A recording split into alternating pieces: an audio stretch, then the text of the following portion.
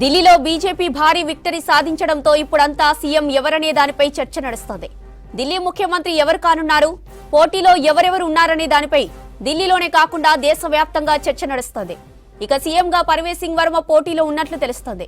కేజ్రీవాల్ ను ఓడించిన లీడర్ గా పర్వేజ్ సింగ్ కు పేరు దక్కింది. ఇతరు మాజీ సీఎం సాహిబ్ సింగ్ కొడుకు. ఇప్పటికే అమిత్ షాతో పర్వేజ్ సింగ్ సమావేశమయ్యారు.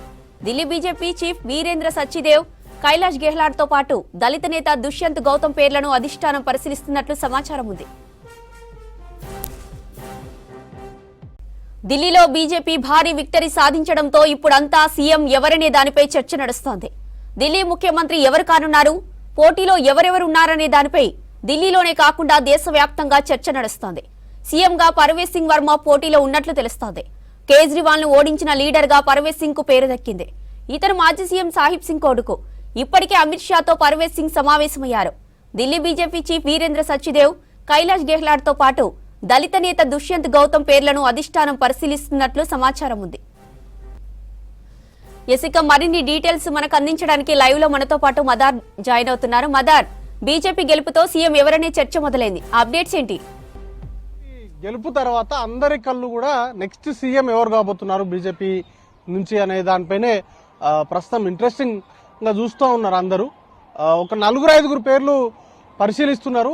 దాంట్లో ప్రథమంగా అరవింద్ కేజ్రీవాల్ మీద న్యూఢిల్లీ నియోజకవర్గం నుంచి గెలిచినటువంటి పర్వేజ్ వర్మ, ఆయన పేరు చాలా ప్రముఖంగా వినబడతా ఉంది. కొద్దిసేపటి క్రితమే కేంద్ర హోంశాఖ మంత్రి అమిత్ షాతో కూడా ఆయన భేటీ అయ్యారు. ఎన్నికలకు సంబంధించి ఫలితాలు వస్తున్న కొద్ది కూడా ఆయన నివాసంలో ఎక్కువ హడావిడి ఉంది, ఎక్కువ సందడి ఉంది. ఆయన కుటుంబ సభ్యులు కావచ్చు, లేకపోతే ఆయన గెలుపు కూడా మామూలుగా చిన్న చితక లీడర్ పైన కాదు, ఏకంగా ఆమ్ ఆద్మీ పార్టీకి సంబంధించిన జాతీయ కన్వీనర్ అరవింద్ కేజ్రీవాల్ మీద ఆయన గెలుపొందారు.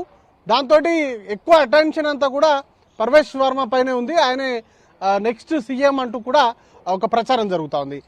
ఫస్ట్ గతంలో ఎంపీగా పనిచేశారు. ఇప్పుడు న్యూఢిల్లీ కాన్స్టిట్యుయెన్సీ నుంచి ఆయన అరవింద్ కేజ్రీవాల్ పైన గెలుపొందారు. ఇంకా విజేందర్ గుప్తా అనేటువంటి మరొక లీడర్ పేరు కూడా ప్రస్తుతం చక్కర్లు కొడతా ఉంది. ఆయనను కూడా కన్సిడర్ చేసేటువంటి అవకాశం ఉన్నట్టుగా ప్రచారం జరుగుతోంది. 2 సార్లు ఆయన గతంలో ఎమ్మెల్యేగా గెలుపొందారు. 2015, 2020లో ఆయన గెలుపొందారు. రోహిణి సీట్ నుంచి గెలిపారు. ఆమ్ ఆద్మీ పార్టీకి సంబంధించి ఫుల్ డామినెన్స్ ఉన్నటువంటి 2 ఎన్నికల్లో కూడా ఈయన రోహిణి సీట్ నుంచి గెలుపొందారు. 2 సార్లు గెలుపొందడంతో పాటు ఇటు ప్రధాన పార్టీకి సంబంధించి బీజేపీకి సంబంధించినటువంటి ఫ్లోర్లో అసెంబ్లీలో ఈయన లీడ్ చేశారు. దానికి సంబంధించి కూడా పేరైతే పరిశీలనలో ఉంది. ఇక ఆయనతో పాటు మజిందర్ సింగ్ సిర్సా పేరును కూడా పరిశీలిస్తున్నారు. ఆయనకు సంబంధించినటువంటి పేరు కూడా చక్కర్లు కొడుతుంది. నెక్స్ట్ పంజాబ్ ఎన్నికలు టార్గెట్ గా చేసుకుని బీజేపీ అక్కడ కూడా పాగా వేయాలనేటువంటి లక్ష్యంతో అడుగులు వేస్తుంది.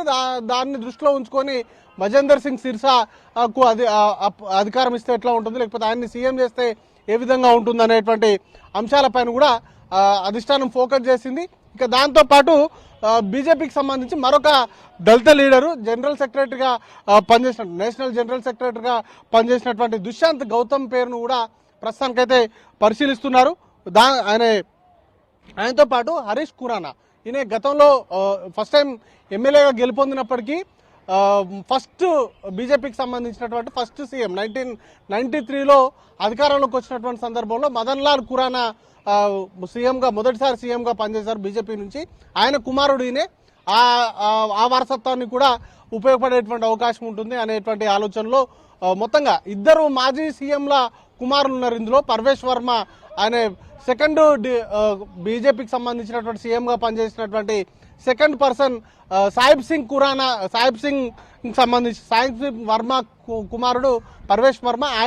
ఆయన పేరు కూడా ప్రస్తుతం టాప్ కంటెండర్ లిస్టులో ఉంది. ఇంకా వీరితో పాటు మరికొంతమంది 1-2 ఎంపీల పేర్లను కూడా పరిశీలిస్తున్నారు. దాంట్లో సుష్మా స్వరాజ్ కూతురు బాన్సోయ్ స్వరాజ్ పేరును కూడా ప్రస్తుతానికైతే ఆలోచనలు చేస్తూ ఉన్నారు. మొత్తంగా ఈ రోజు సాయంత్రం బీజేపీ కేంద్ర కార్యాలయంలో ఇటు ప్రధాని నరేంద్ర మోడీ, కేంద్ర హోంశాఖ మంత్రి అమిత్ షాతో పాటు ఇటు జేపీ నడ్డా సమక్షంలో ఒక పెద్ద ర్యాలీ ఉంటుంది. ఆ ర్యాలీ ముగిసిన తర్వాత ఒక కీలక సమావేశాన్ని ఏర్పాటు చేస్తారు. ఆ సమావేశంలో సీఎంకు సంబంధించినటువంటి చర్చ జరుగుతుంది అనేటువంటి ప్రచారం అయితే సాగుతుంది. అయితే ఇంత త్వరగా సీఎం క్యాండిడేట్ని అనౌన్స్ చేస్తారా, లేకపోతే లాస్ట్ టైం మహారాష్ట్ర లేకపోతే మధ్యప్రదేశ్ ఇట్లాంటి రాష్ట్రాల్లో సీఎంని అనౌన్స్ చేసేందుకు కొంత కసరత్తు అనేది కూడా చేశారు. అయితే ఇప్పుడు పార్టీకి సంబంధించి ఢిల్లీలో అనూహ్యమైనటువంటి విజయం సాధించిన తర్వాత సీఎం పదవికి సంబంధించిన చర్చ జరుగుతూ ఉంది. ఎవరిని సీఎంని చేయబోతున్నారు అనేటువంటి ఒక చర్చ నడుస్తున్న నేపథ్యంలో ఈ 5-6 పేర్లను పరిశీలిస్తారా, లేకపోతే కొత్త ఫేస్ను తీసుకొస్తారా అనేటువంటి ఊహాగానాలు అయితే నడుస్తున్నాయి. మొత్తంగా అయితే అనుకున్నట్టుగానే బీజేపీకి సంబంధించి ఢిల్లీ ఒక అందరి ద్రాక్షగా ఇంతకాలం ఉంది. బట్ ఇప్పుడు దాన్ని సక్సెస్ఫుల్గా వాళ్ళు ఇక్కడ కాంకర్ అనేది కూడా చేయగలిగారు. నెక్స్ట్ టార్గెట్ అంతా కూడా పంజాబ్ ఉండబోతుంది. కాబట్టి పంజాబ్ ఎన్నికలను కూడా దృష్టిలో ఉంచుకొని సిక్కు కమ్యూనిటీకి సంబంధించినటువంటి ప్రామినెంట్ లీడర్ని ఢిల్లీకి ముఖ్యమంత్రిని చేసేటువంటి అవకాశాలు అయితే కనబడతా ఉన్నాయి జ్యోతి.